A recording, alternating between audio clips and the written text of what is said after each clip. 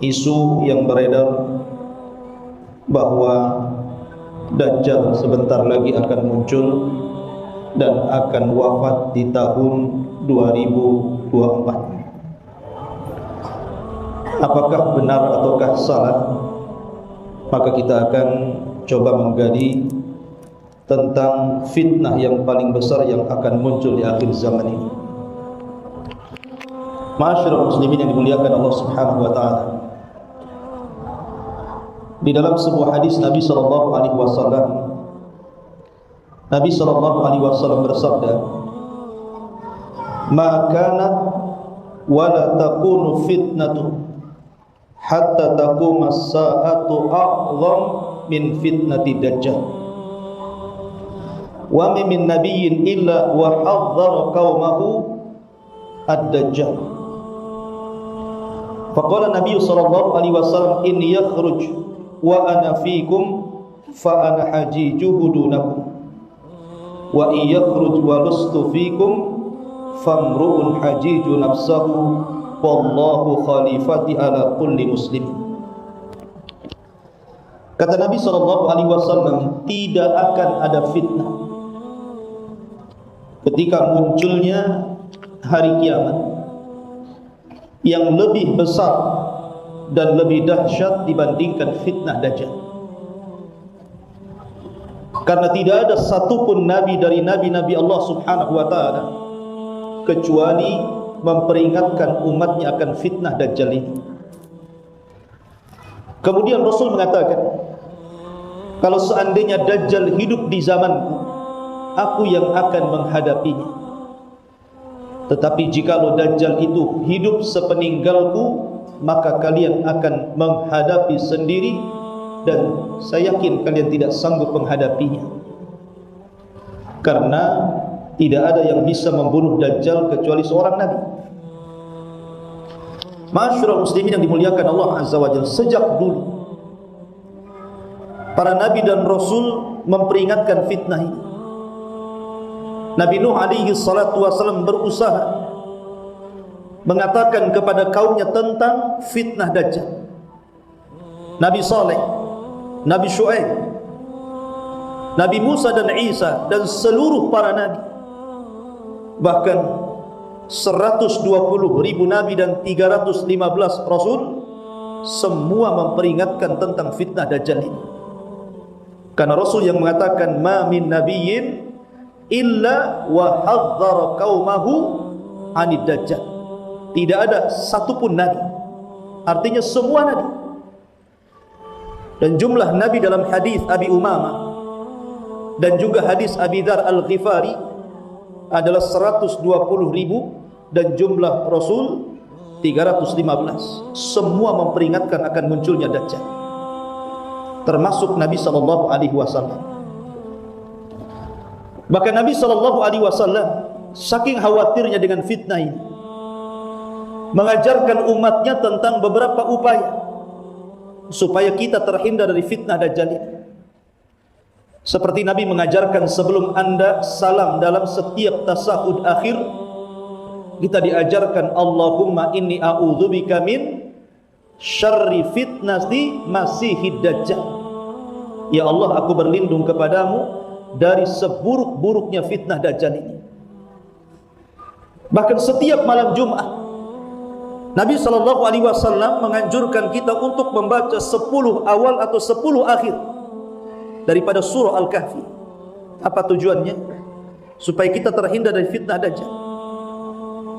Bahkan Rasul menganjurkan para dai agar terus berbicara tentang Dajjal, karena Dajjal itu akan keluar ketika tidak ada lagi para khatib, ketika tidak ada lagi para duat, ketika tidak ada lagi para pendakwah yang bicara Dajjal di mimbar-mimbar kaum muslimin. Disitulah Dajjal akan keluar ketika dilupakan manusia. Ma'asyiral muslimin, fitnah itu diciptakan Allah Subhanahu wa taala dalam rangka menguji. Kenapa kemudian Islam mengharamkan berzina? Karena supaya kita diuji kehormatan. Kenapa Allah Subhanahu wa taala mengharamkan riba? dan berbagai macam kecurangan dalam jual beli supaya kita diuji tentang kejujurannya, supaya kita diuji untuk mencari harta halal, dan begitu seterusnya. Bahkan terjadi peperangan, itu ujian dari Allah Subhanahu wa ta'ala. Terkadang perang itu yang mati bukan satu dua, bahkan ribuan jiwa terkadang meninggal. Tetapi fitnah-fitnah itu tidak lebih besar dibandingkan fitnah Dajjal. Makanya Nabi SAW mengkhawatirkan kemunculannya. Ma'asyiral muslimin yang dimuliakan Allah Azza wa Jalla, sebelum saya bicara tentang masalah Dajjal ini, saya ingin memberikan beberapa kaidah yang berkaitan dengan pemahaman tentang ayat-ayat dan hadis-hadis Nabi SAW yang berkaitan dengan akhir zaman. Karena Dajjal ini bagian daripada fitnah akhir zaman, supaya kita bisa memahami dengan cara yang benar, jangan serampangan. Karena ini perkara gaib masalahnya, tidak bisa diprediksi dengan berbagai macam prediksi, dengan mengikatkan satu cerita dengan cerita yang lain kemudian muncul sebuah kesimpulan.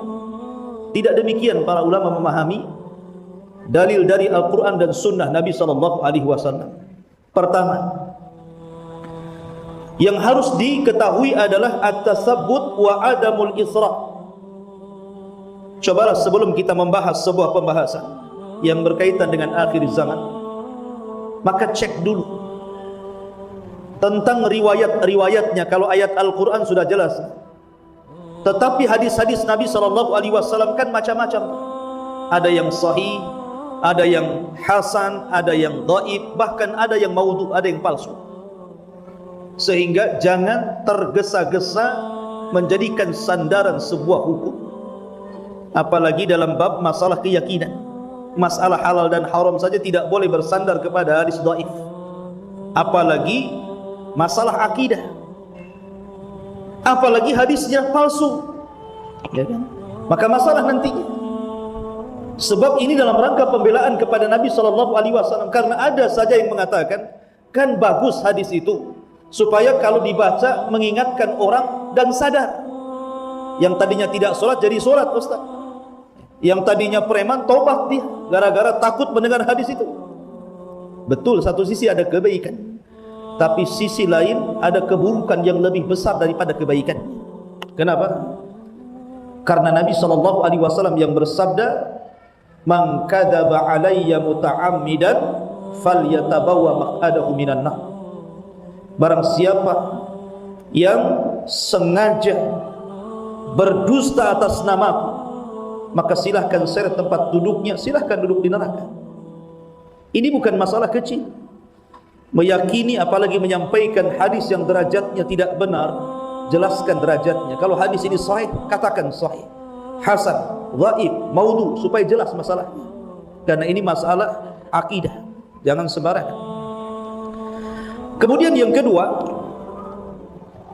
tidak boleh seseorang itu memaksakan kehendak dengan menerapkan tanda-tanda kiamat yang tertera dalam riwayat-riwayat dengan sebuah kenyataan yang berlaku kecuali kejadiannya sudah berlalu secara sempurna. Kita tidak boleh langsung memvonis, wah ini zamannya sudah sampai ini. Kenapa? Ini gejalanya sudah ada. Tidak bisa kayak gitu, ya. Memvonis sebuah prediksi itu harus betul-betul kejadiannya sempurna. Kalau baru muqaddimah itu belum tentu bisa dikatakan wah ini akan terjadi seperti ini, karena belum tentu terjadi. Contoh umpamanya, ini Amerika sedang tegang dengan Iran. Wah ini berarti akan terjadi perang dunia ketiga, kemudian mengarah kepada hadis malhamatul kubra umpamanya. Ini kan baru muqaddimah, kan begitu ya? Nanti bagaimana kalau seandainya Iran dengan Amerika salaman, nggak jadi perang, ya kan? Jadi memprediksi boleh-boleh saja, tapi kemudian memastikan bahwa ini hadis ini sudah berlaku, ini kenyataannya. Tidak bisa kita menjazmkan 100%, tidak bisa kayak gitu. Ya, kalau kita memastikan 100% dengan prediksi dan menyambungkan satu cerita dengan cerita yang lainnya, ini masalah-masalah gaib. Kita ini baru bisa menghukumi kalau kejadiannya secara sempurna terjadi. Maka itu harus diketahui. Lihat bagaimana Nabi SAW ketika dihabarkan kepadanya ada anak kecil Yahudi namanya Ibnu Sayyad, atau dikenal dengan Saf. Ini anak Yahudi ini punya sedikit ciri-ciri Dajjal, tidak sempurna, karena belum ditulis di dahinya kafir, tidak ada di dahinya kafir. Tapi karena beberapa para sahabat ada yang bersumpah dia Dajjal, seperti Abdullah bin Umar, Jabir bin Abdullah, Abi Dzar Al-Ghifari, dan beberapa para sahabat yang lain, Rasul ingin memastikan apakah Ibnu Sayyad itu Dajjal atau tidak. Tidak tergesa-gesa. Ya. Datang kemudian Rasul bersama Abu Bakar dan Umar, diintipnya Ibnu Sayyad itu. Kemudian setelah berjumpa dengan Ibnu Sayyad, diajak dialog. Sampai Nabi SAW menguji dengan mengatakan, Ya Ibnu Sayyad, inni khaba'tu laka khaba'an. Ya Ibnu Sayyad, saya menyembunyikan beberapa kalimat dalam dadaku, coba tebak, katanya. Kata Ibnu Sayyad, duh, katanya. Sudah benar di awalnya, tapi Rasul mengatakan ihsya walan ta'du wa qadra. Cukup, engkau tidak bisa melewati batas takdirmu, artinya kau tidak mungkin mampu menebak isi hatiku, katanya. Ketika itu turun kepada Rasul ayat fartaqib yauma ta'tis sama'u bidukhanim mubin. Ibnu Sayyid ingin mengatakan dukhan, tapi tidak bisa, jadi duh gitu saja. Tapi sudah hampir benar tuh. Ya. Akhirnya kemudian Nabi SAW belum juga memastikan dia Dajjal, belum.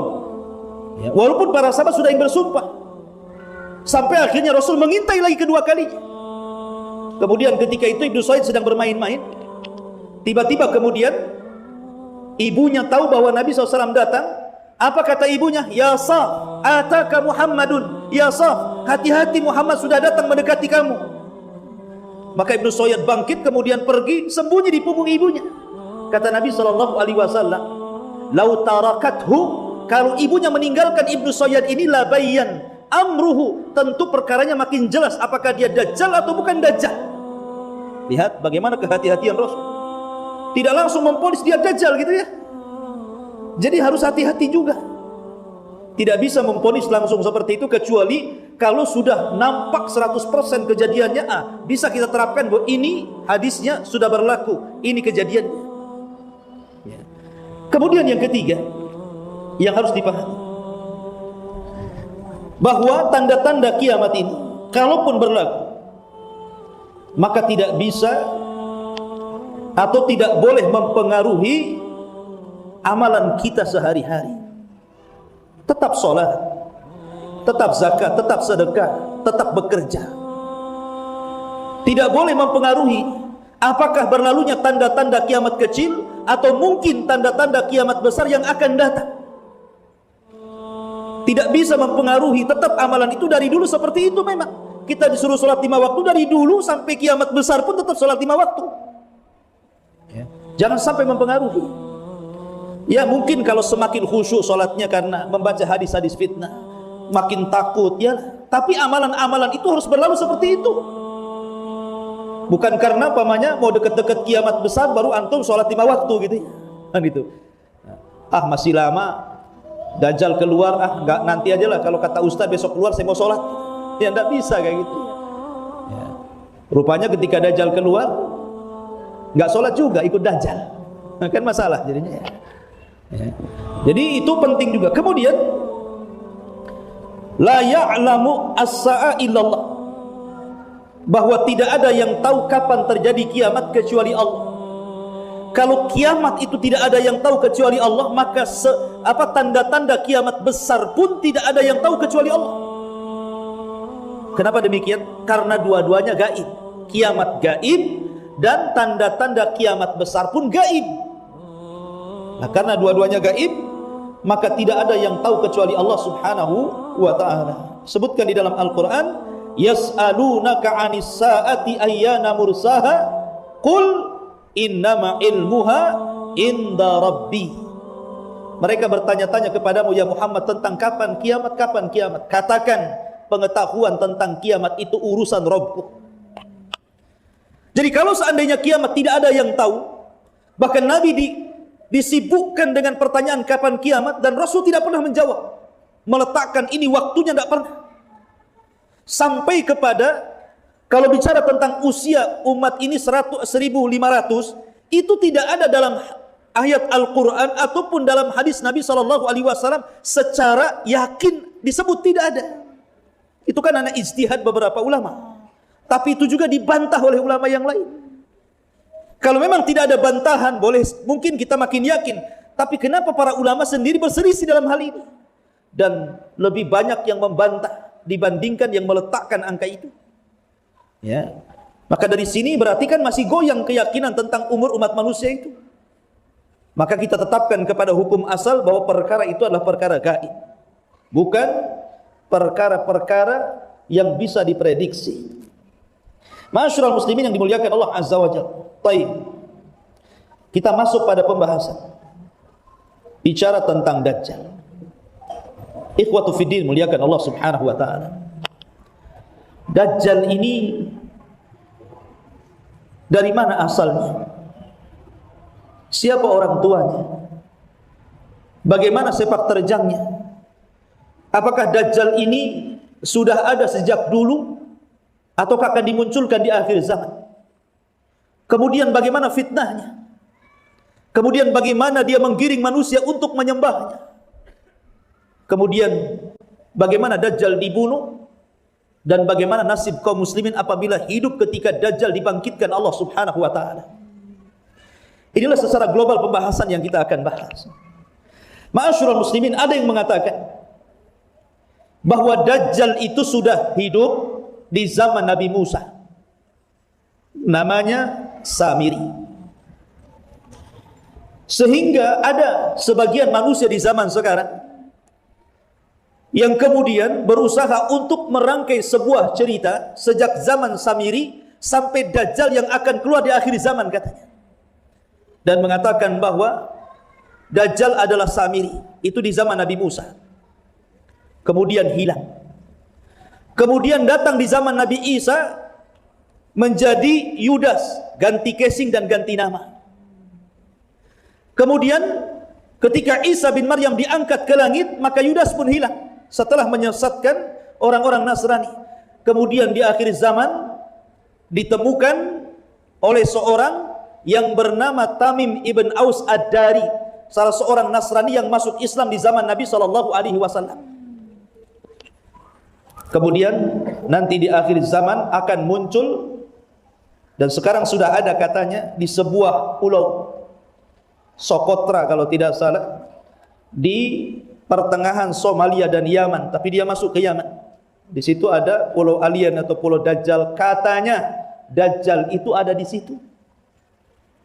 Dan nanti akan muncul untuk memfitnah manusia sebentar lagi. Diperkirakan tahun 2022. Ntar lagi ya? Ini dah 2020 berarti 2022. Ya, berarti Dajjal mati 2024 katanya. Hati-hati loh, mau deket Dajjal antum. Katanya nasihatnya kalau antum yang belum kawin cepat kawin, katanya. Yang belum ta'adud cepat ta'adud. Kata dia, saya akan nukilkan saja. Ya. Ikhwatu fillah muliakan Allah Azza wa Jalla. Baik, apakah Dajjal itu Samiri? Sampai dia mampu loh dengan sangat yakin menceritakan tentang kisah Samiri, sampai kisah Yudas, sampai kemudian kisah Tamim Ad-Dari, sampai meletakkan pulaunya. Padahal Allah tidak pernah dalam Al-Quran sampai meletakkan pulaunya. Sampai dengan detailnya dia, sampai kendaraannya, ya, sampai kendaraannya disebutkan itu, kendaraan UFO katanya. Nah, dengar UFO? Sampai pabriknya, ya. Ma'asyiral muslimin yang dimuliakan Allah Azza wa Jalla. Para ulama membahas tentang siapa Samiri itu. Samiri ini kalau saya katakan munafiknya di zaman Nabi Musa. Kalau di zaman Nabi SAW itu ada munafik namanya Abdullah bin Ubay bin Salul. Bin Salul bin Ubay bin Salul. Itu tokoh munafik Madinah. Tapi di zaman Nabi Musa munafiknya itu Samiri. Samiri ini, jadi ketika Nabi Musa alaihi salatu wassalam 40 malam hendak mendapatkan mandat Taurat ke Bukit Saina, maka kekuasaan diberikan kepada Nabiullah Harun, abangnya. Tapi Harun kan tidak setegas Musa. Harun itu lembut orangnya, kalau Musa ini tegas orang. Jadi ketika Musa selama 40 hari meninggalkan Bani Israel, ini Samiri ini, munafik ini, mumpung tidak ada Nabi Musa, menghasut Bani Israel. Kemudian untuk menyerahkan emas-emasnya, karena Bani Israel ini, orang-orang Bani Israel merasa bersalah telah mengambil emas-emas kaum Kibti, orang-orangnya Fir'aun ketika mereka lari dari Mesir menuju Palestina. Mereka merasa berdosa sudah mengambil emas-emas mereka.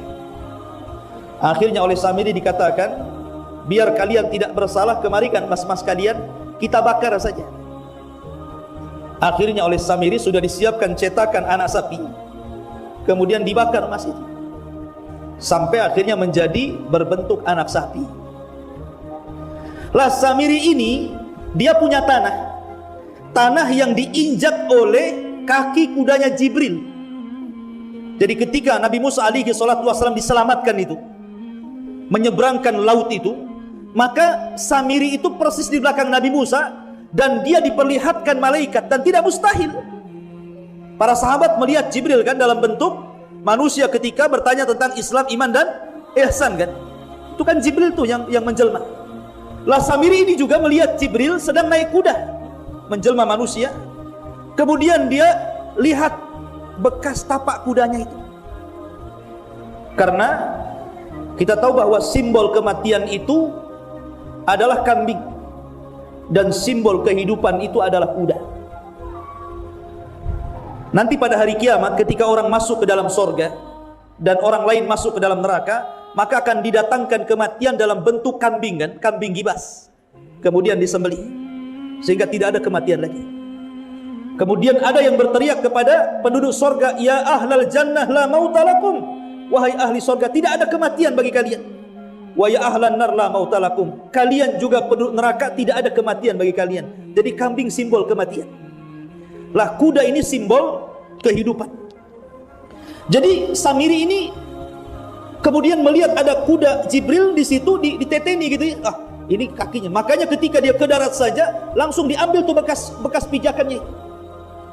Lah karena dia punya tanah bekas pijakan kaki kuda, dan itu simbol sebuah kehidupan.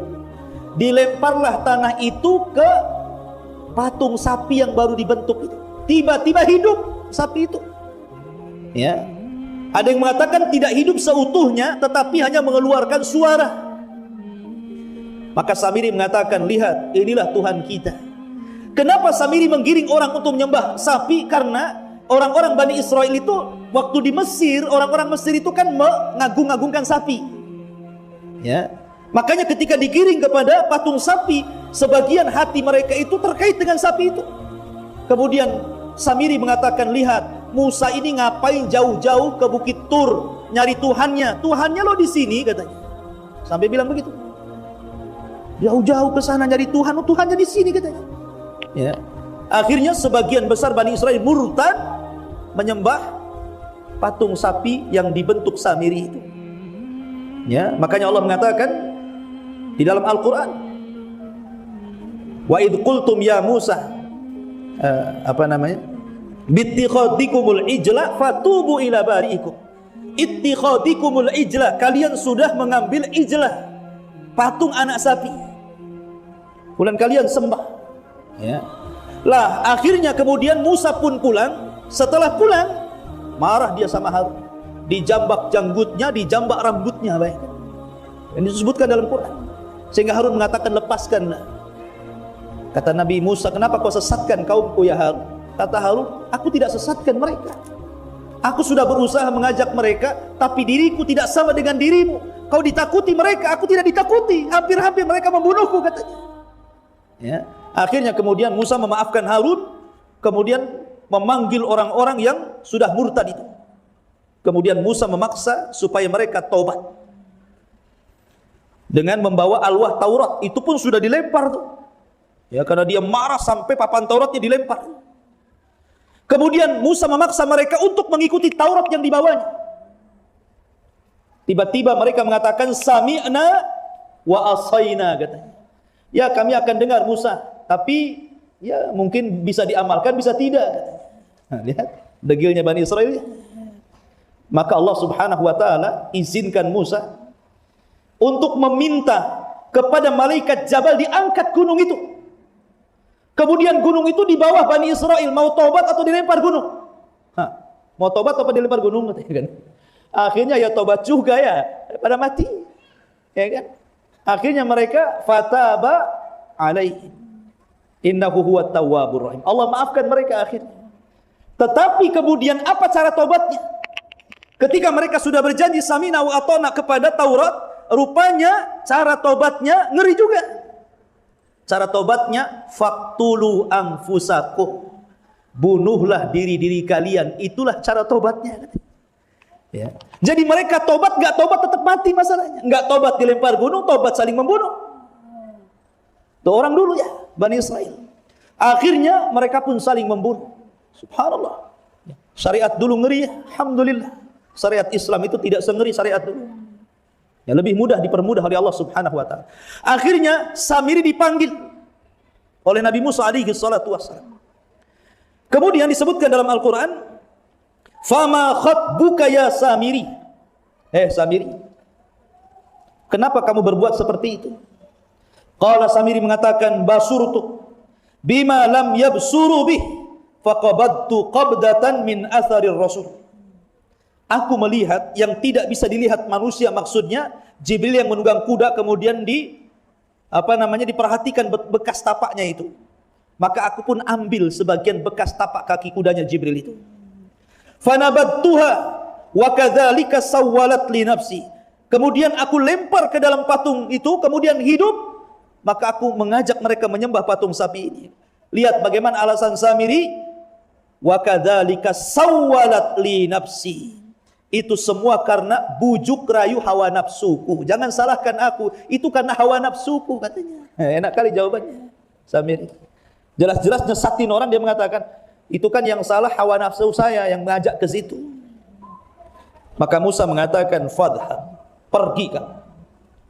Tidak dibunuh Samiri, cuman fadhhab, pergilah kamu. Fa innalaka fil hayati an taqula la misas. Di sini syahidnya di sini. Biar antum paham tentang masalah Samiri. Di sini kalimat yang akan kita bahas. Pergilah engkau Samiri, kata Nabi Musa. Fa innalaka fil hayati, maka bagimu sebagai balasan di dunia ini, antakula la misas. Engkau akan bicara kepada manusia, jangan dekat-dekat aku, kata Samiri. Jadi Samiri, ya, atas perkataan Nabi Musa, kamu nanti akan pergi dan akan hidup sendiri, dan setiap ada orang yang mendekatimu, engkau akan mengatakan jangan dekati aku. Dan itu sampai kiamat. Ya. Kemudian ditambah wa innalaka mau'idan lan tukhlafu. Dan engkau akan diberikan ancaman kelak di akhirat dengan dimasukkan ke dalam neraka, dan janji Allah tidak mungkin kecuali pasti ditepati. Di sini ikhwan, ada beberapa poin kenapa Samiri itu bukan Dajjal yang dimaksud orang ini.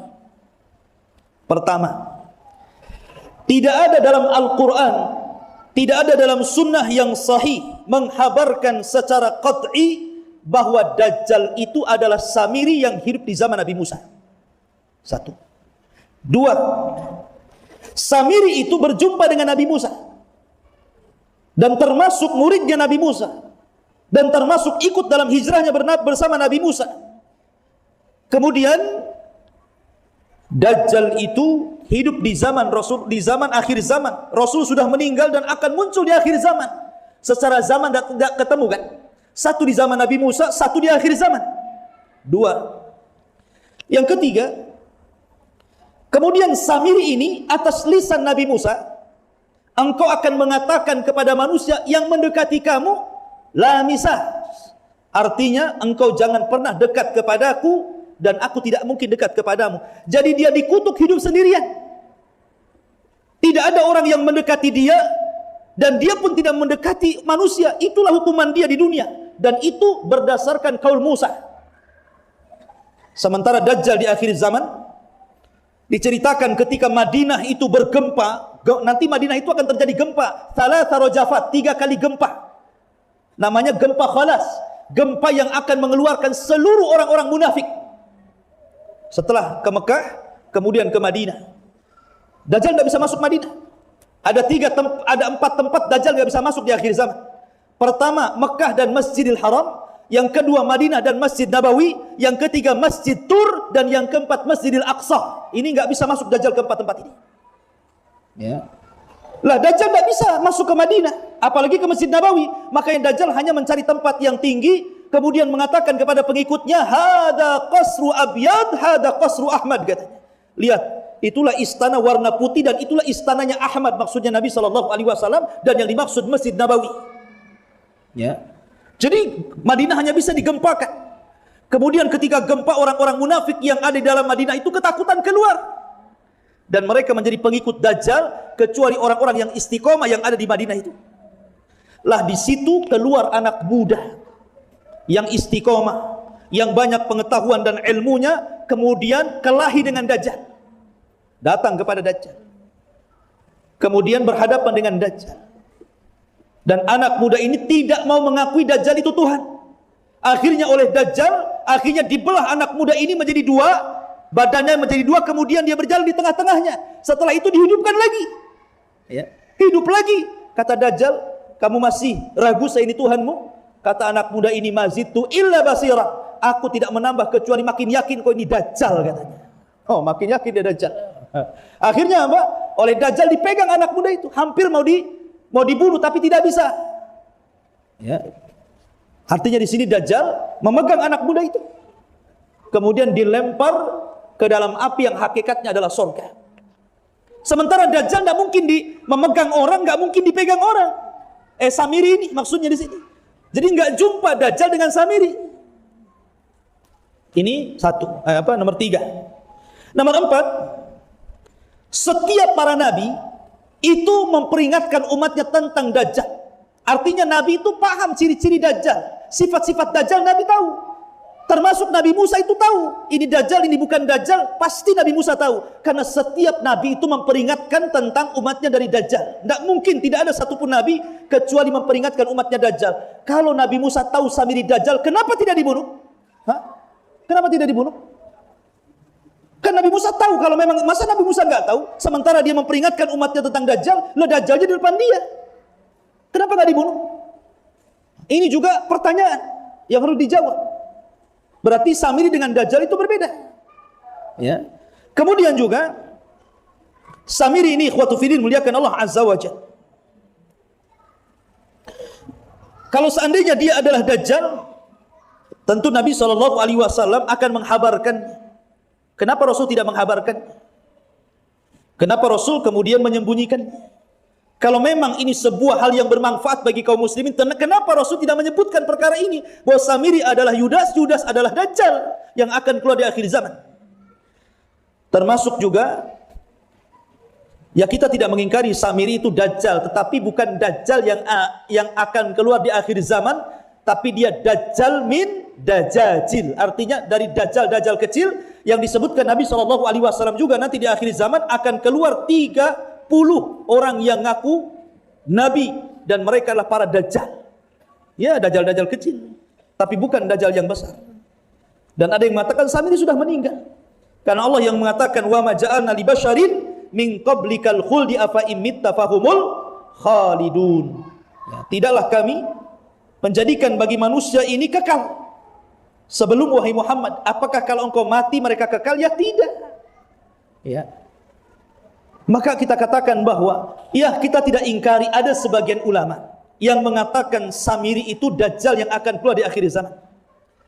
Tetapi tentu kita mengambil nas-nas yang jelas. Saya katakan bahwa ini perkara gaib, maka lebih selamat kembali kepada Quran dan kembali kepada sunnah. Jangan kembali kepada prediksi yang kemudian cerita diikat dengan cerita berikutnya, diikat dengan cerita berikutnya, kemudian diprediksi langsung disimpulkan, oh iya Samiri Yudas, kemudian Yudis itu adalah Dajjal yang ditemui Tamim Ad-Dari, dan itulah Dajjal yang akan keluar di zaman dari Pulau Sokotra. Bahkan ibunya itu mati karena kanker payudara katanya. Sampai bisa mengatakan seperti itu.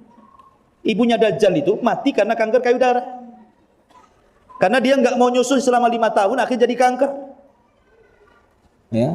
Sampai lo bisa dia menyebutkan penyakit ibunya, pulaunya, kendaraannya, UFO-nya, sampai kemudian di mana UFO ini diproduksi tahu. Di mana?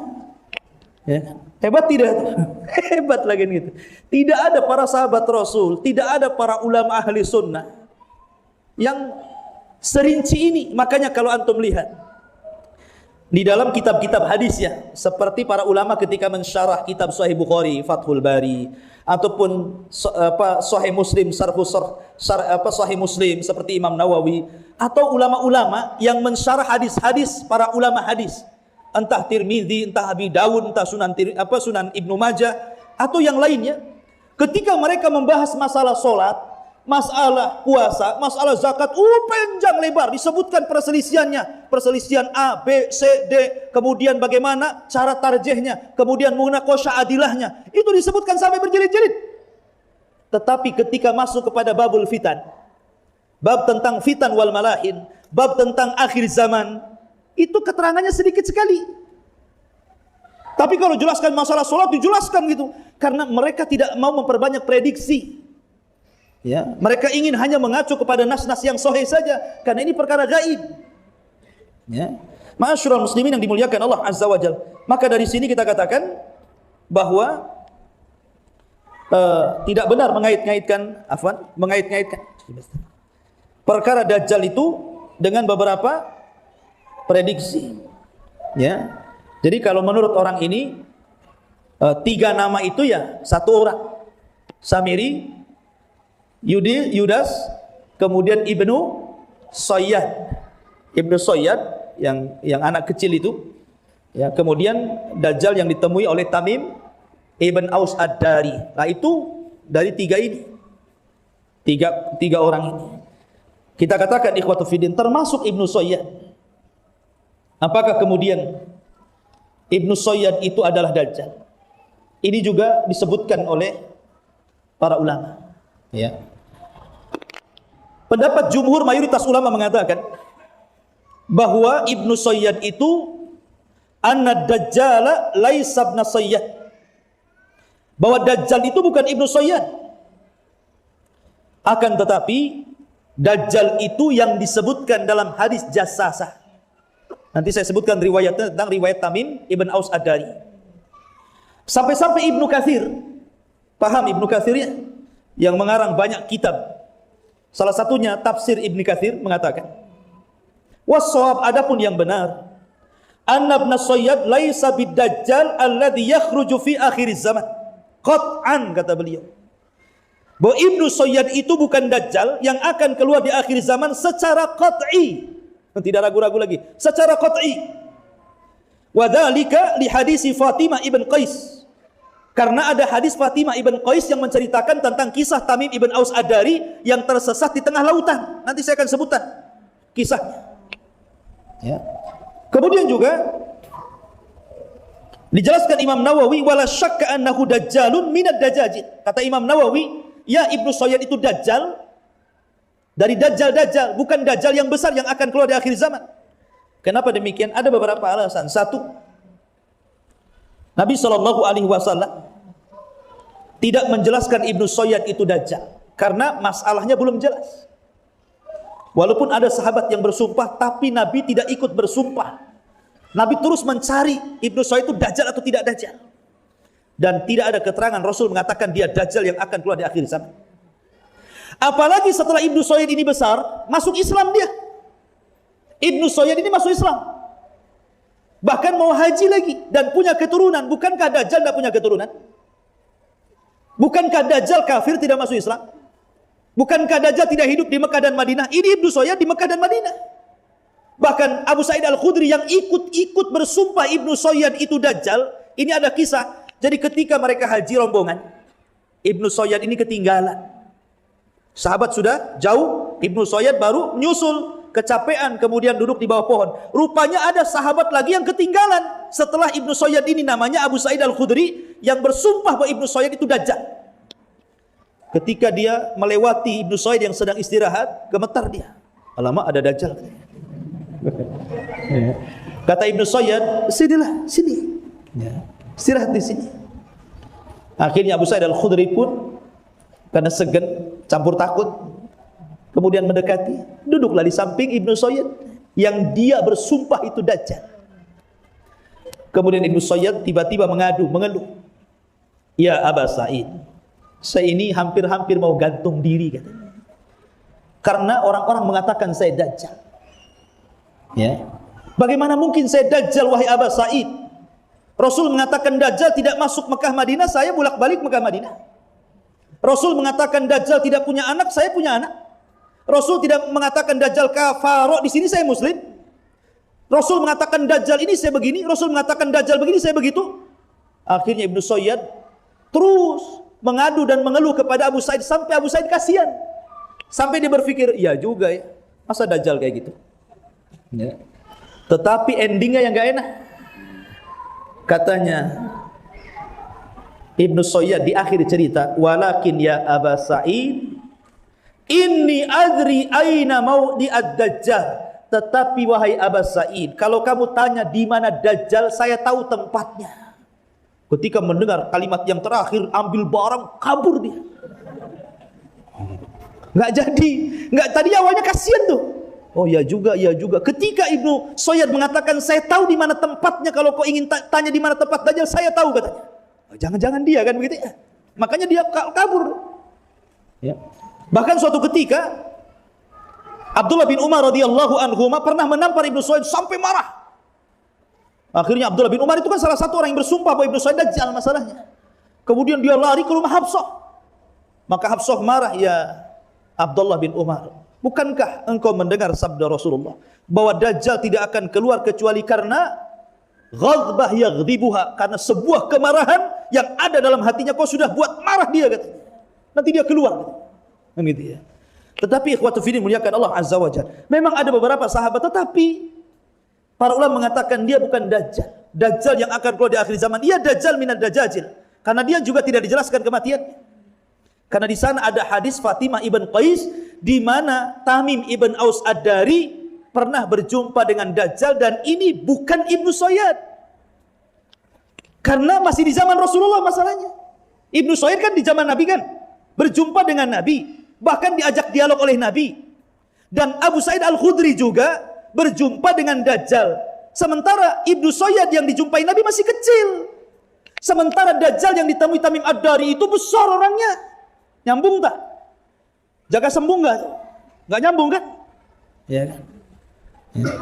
Jadi Tamim ibn Aus Ad-Dari ini, saya ceritakan, dia suatu ketika bersama 30 awaknya itu berlayar. Dia agamanya Nasrani. Berlayar dia. Rupanya di tengah lautan datang ombak badai, diombang-ambing tengah malam sampai dia nggak tahu ada di mana. Ya. Ketika kemudian di pagi hari dia baru sadar bahwa kapalnya terdampar di sebuah pulau yang katanya Ustadz ini disebut Socotra tadi, pulau yang ada di Yaman itu, dekat Somalia, Afrika.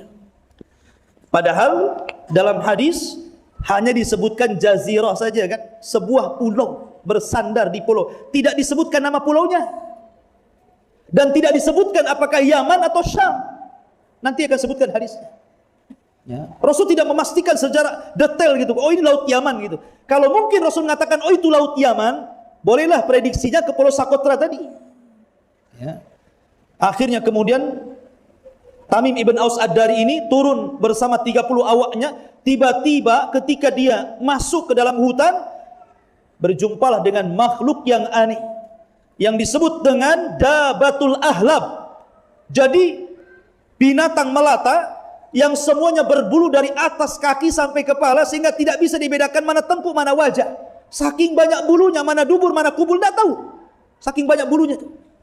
Ya. Akhirnya kemudian ditanya, man anti, siapa kamu? Tiba-tiba binatang ini bisa bicara. Ana jassasa. Saya adalah jassasa. Jassasa diambil dari kata jasus, mata-mata. Mata-mata Dajjal. Ya kan? Kemudian kata jassasah, ya ayyuhal qaum intaliqu ila hadar rajul alladhi fid dairi fa inna ila khabarikum bil aswaq, katanya.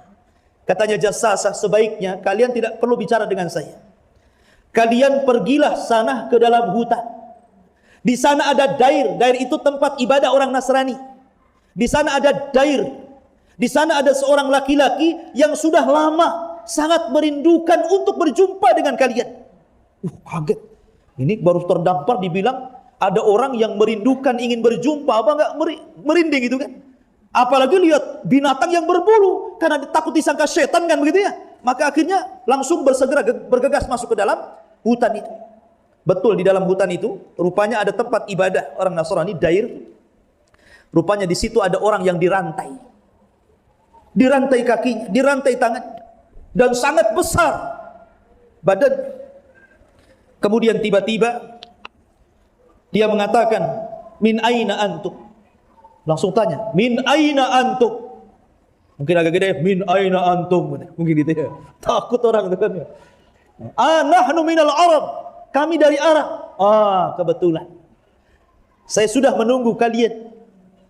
Kemudian dia mengatakan, beberapa soalan nih, orang ini mengatakan, akhbiruni, ceritakan kepadaku, an Buhairat Tabariyah, tentang Buhairah, tentang danau Tiberias. Ya. Dia bertanya tentang masalah danau Tiberias itu. Apakah hal fiha ma'un, apakah masih ada airnya? Katanya para sahabat, katanya Tamim ibn Aus Ad-Dari, ini belum masuk Islam ya, masih Nasrani. Oh, masih banyak. Sebentar lagi, kata orang ini, sebentar lagi yadhab, pasti akan pergi airnya itu. Kemudian bertanya lagi tentang ainuz zughar, mata air zughar. Apakah masih mengalir airnya? Apakah orang kampung masih mengambil airnya untuk membasahi ladang-ladang mereka, mengairi ladang-ladang mereka? Maka kata Abu Sa'id, Tamim ibn Aus Ad-Dari mengatakan, iya masih banyak dan masih digunakan oleh penduduk desa. Sebentar lagi kering katanya. Ya. Kemudian juga bertanya lagi tentang nakhl di Baisan, kebun kurma di Baisan, Palestina. Ya kan? Apakah masih berbuah? Oh, masih banyak. Dan itu kurma terbaik itu. Sebentar lagi tidak akan yusmir, tidak akan berbuah. Sampai bertanya ini itu, sampai terakhir bertanya tentang masalah Nabi SAW. Apakah telah tampak seorang Nabi dari Nabi-Nabi Arab? Apakah telah tampak, telah muncul? Kau dengar enggak ada muncul seorang Nabi Arab itu?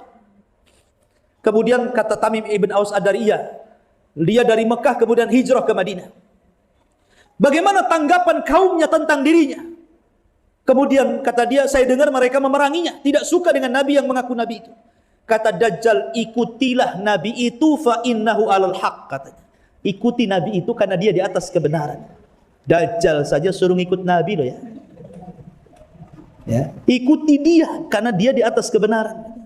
Itu Dajjal. Berarti kalau seandainya ada orang yang berusaha menjauhkan kita dari Nabi, itu lebih dari Dajjal. Dajjal saya suruh ngikutin Nabi, alal haq fa innahu alal haq, katanya. Dia di atas kebenaran. Ma'asyiral muslimin yang dimuliakan Allah Azza wa Jalla. Akhirnya karena ketakutannya Tamim ibn Aus Ad-Dari ini langsung pergi. Cerita ini panjang tapi intinya saya ambil intinya saja. Langsung pergi. Kemudian belakangan akhirnya dia datang kepada Nabi SAW dan menceritakan kisahnya. Belum pernah terjadi dalam sebuah riwayat.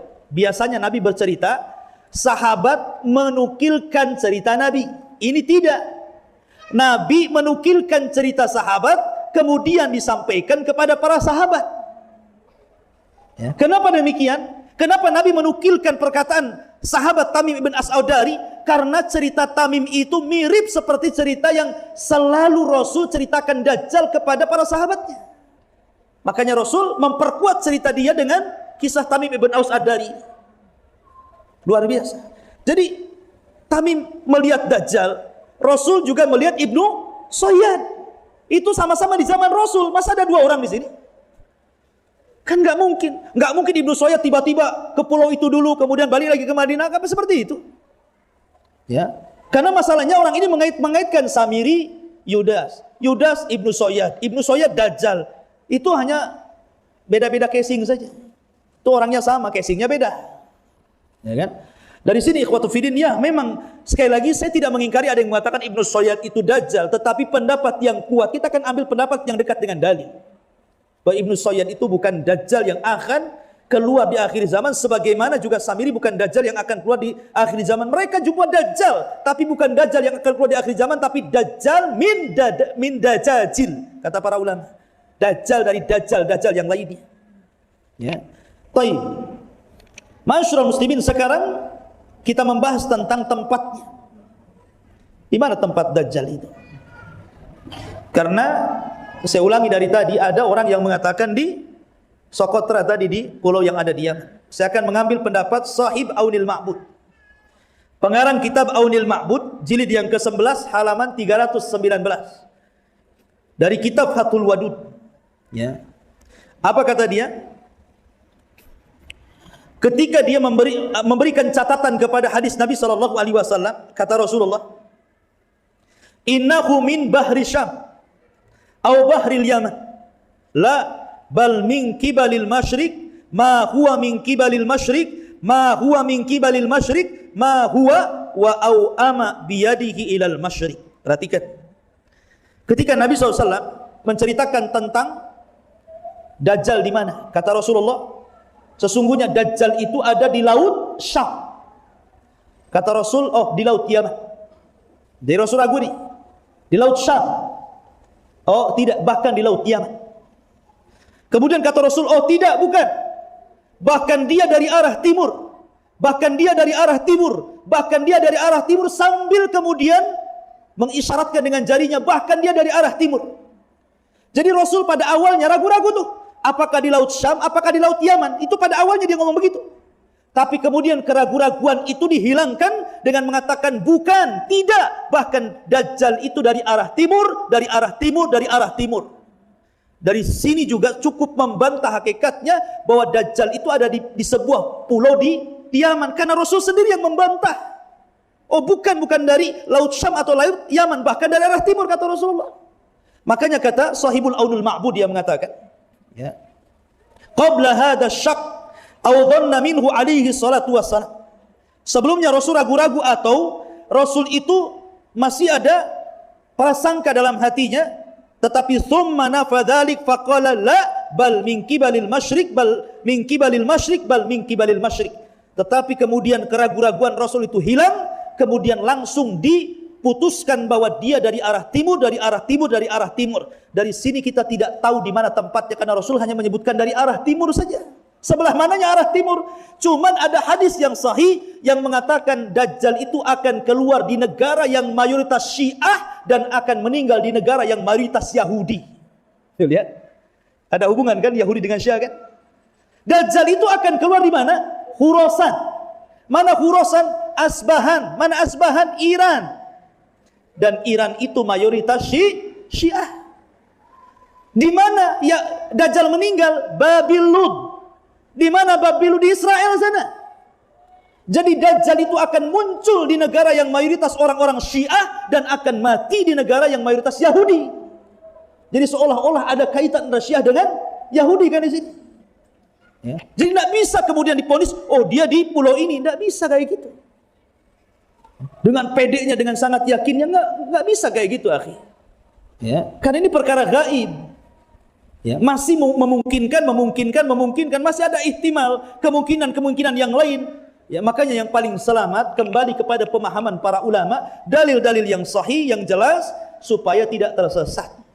Ya, ma'asyiral muslimin, bahkan Ibnu Katsir juga mengatakan yakhrujud dajjal min jihatil masyriq min Khurasan min Yahud al-Asbahan thumma yasiru ila sairil ardi.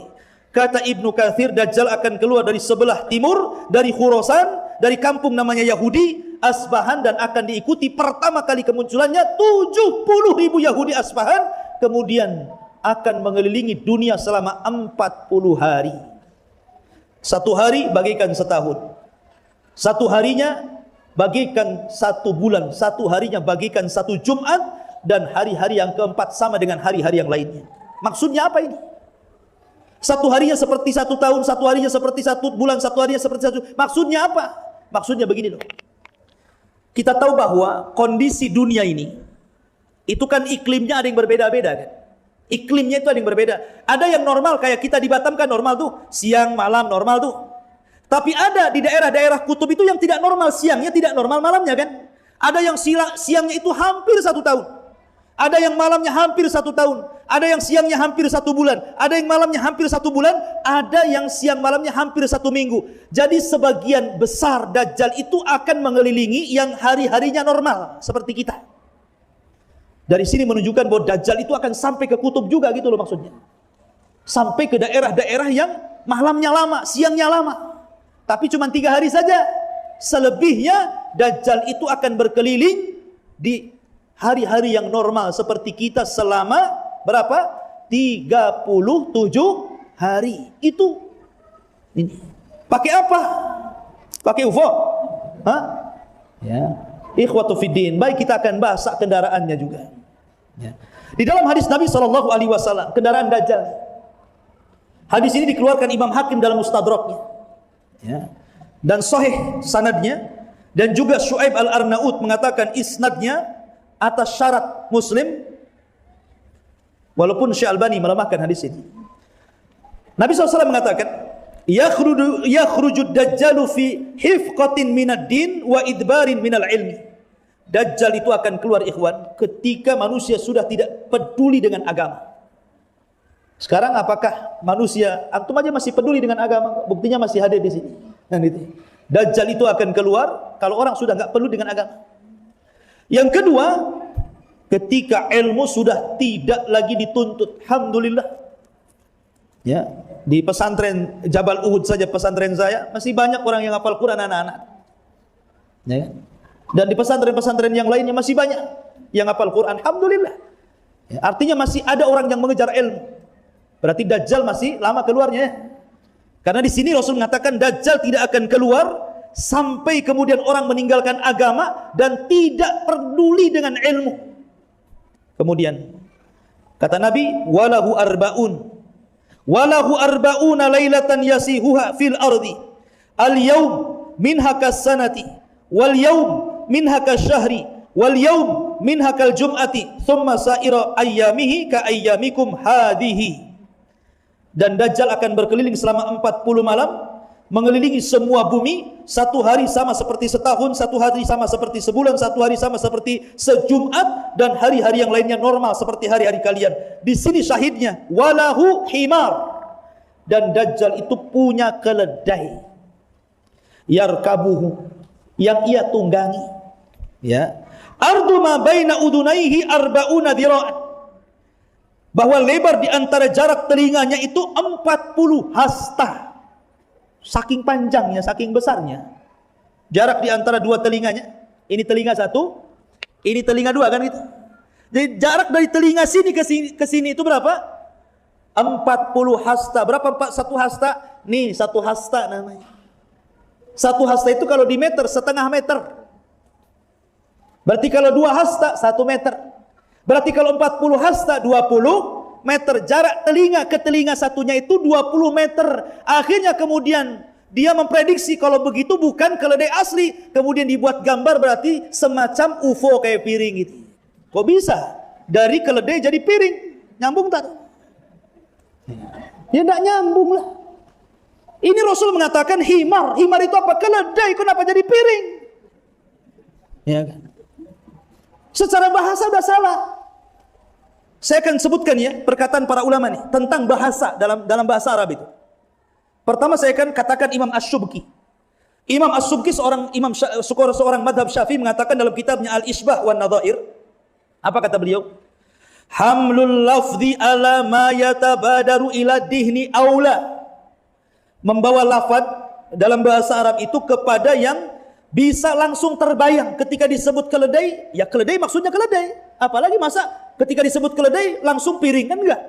Keledai ya keledai, itu yang bisa kita langsung cerna. Artinya apa? Bawalah lafaz itu kepada hakikatnya, jangan kepada majas.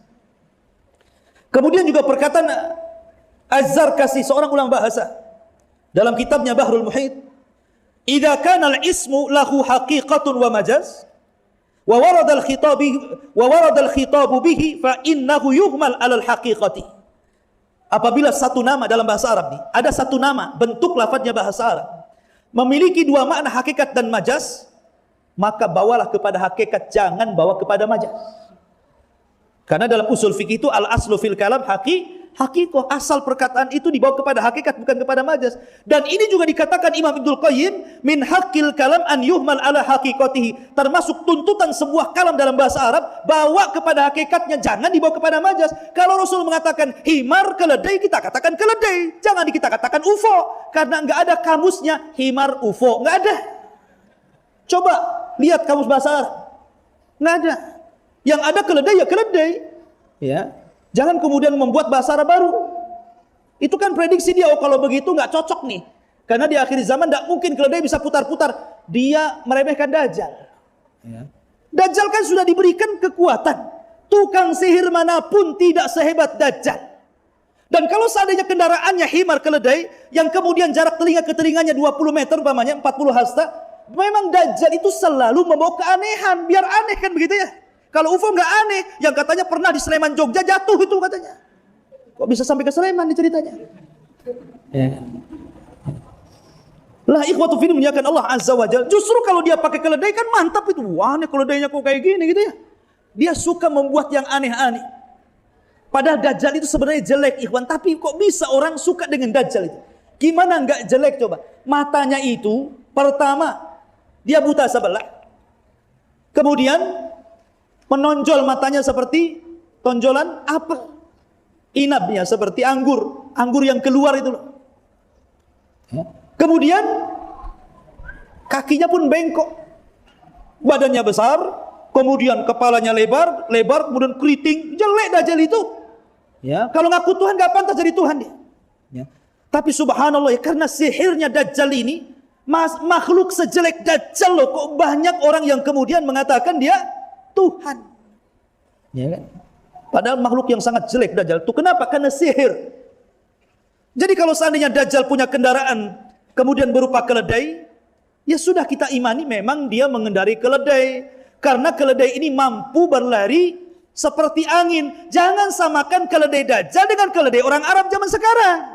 Ya ketik sampai hari nggak mungkin 40 hari diputar-putar diaman sajalah. Ya. Jangan samakan, ini keledainya memang keledai Dajjal. Ya.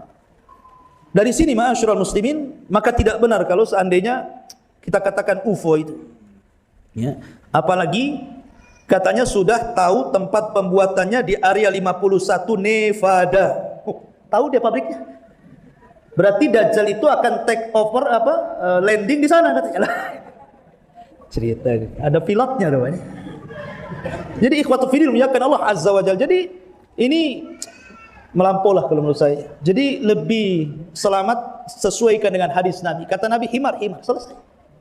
Kecepatannya seperti angin, Kenapa dikias-kias? Oh, yang kecepatannya seperti angin bukan keledai. Apa ya? Berpikir gitu. Belum tentu apa yang kemudian seseorang pikirkan prediksi itu menjadi sebuah kebenaran, tidak. Karena kebenaran itu maqala Allah wa qala Rasul. Kebenaran itu firman Allah dan sabda Nabi sallallahu alaihi wasallam. Adapun tentang kisah Dajjal secara sempurna dan dari awal sampai akhir, untuk lebih detailnya mungkin kita sambung kajian ini di Masjid Al Khair karena sudah larut malam, kita dibatasi waktu di sini. Mudah-mudahan ada manfaatnya. Subhanakallahumma bihamdika asyhadu an la ilaha illa anta astaghfiruka wa atubu ilaik.